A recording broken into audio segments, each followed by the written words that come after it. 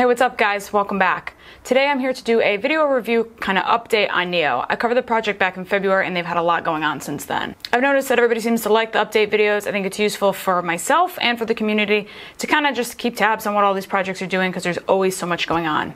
Pleasant reminder, if you haven't liked or subscribed yet, please do so. And I want to shout out everyone who's always supporting my channel. You guys rock. Quick reminder, I am not a financial advisor. All investments have inherent risk, and please do your own research. If you'd like to support my channel, you can do so by going on my website and picking up some merch. I've got quite a few things up there for sale now, as well as checking out my Patreon if you're interested. And as usual, I'll leave all the links down below. All right, let's get to the good stuff. So what has Neo been up to? Well, from February to March, they went to 17 different blockchain events. In addition, they also made significant changes to their documentation, progress on decentralization, development updates, and processed further refunds for their Neo-sponsored Give Back program. On May 14th, Neo and Ontology signed an MOU concerning strategy and technology.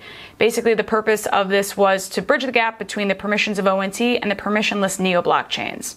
So pretty much, Neo and Ontology will cooperate to create some smart contract ecosystem and support the development of the Neo VM or the Neo virtual machine and the Neo contracts, as well as collaborate on developing smart contracts open standards.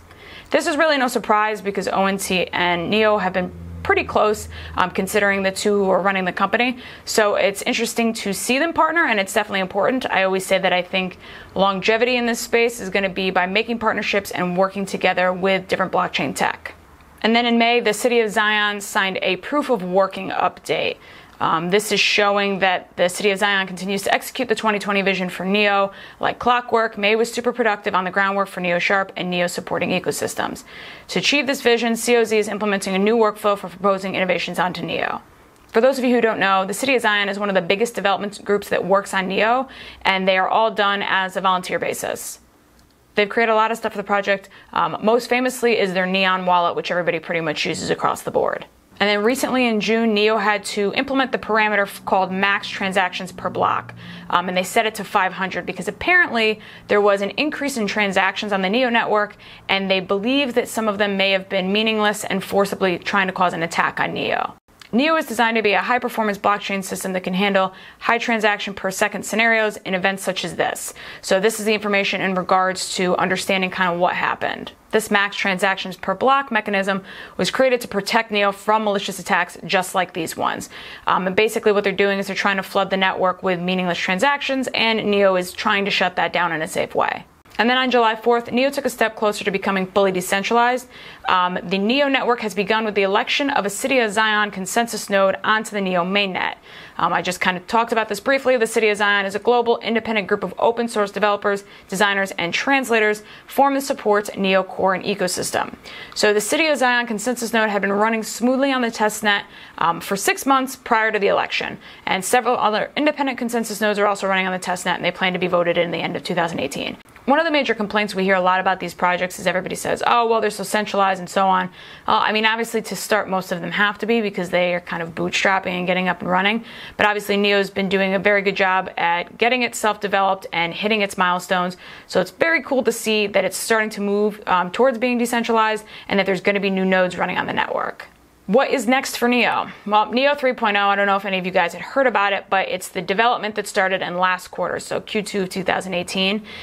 Neo 3.0 will be an entirely new version of Neo platform built for large-scale enterprise use cases. It's going to provide a bunch of things, including increased TPS, adjusting the economic model. I actually talked about this on the live stream with Nathan and K-Dub from CryptoZombie. They're pretty much making it so that Neo is now divisible.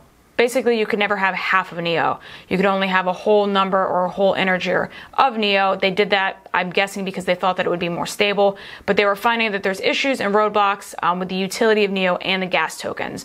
So to solve this problem, some adjustments to the economic model need to be made. I actually talked about this with CryptoZombie again. We were saying that apparently there's some black hole addresses that are causing issues because they're accumulating gas. If you're curious, K-Dub actually did a video on that was pretty good, so you should go check it out. They're also going to be doing cross-platform smart contracts, which will be able to be executed on different blockchain platforms that are made compatible with Neo 3.0. Very cool. I always say how interoperability is basically the future of all of these projects because they're all like little islands right now, kind of doing their own thing, and we need to find ways to bridge them so that they're working together to be the most beneficial for us, for the community, and for the projects themselves. that pretty much wraps it up for me for the update for this video. If anybody is looking for a place to get reliable information on NEO, neonewstoday.com is an awesome website. They cover basically anything and all things NEO and projects built on NEO. So you see ontology news, all kinds of other stuff on here. It's very, very useful. Airdrops, anything else that's going on, this is a great, reliable place to get your information. All right, guys, thank you as usual for watching. I really appreciate the support. If you haven't liked, if you haven't subscribed, please do so, and I will see you guys soon.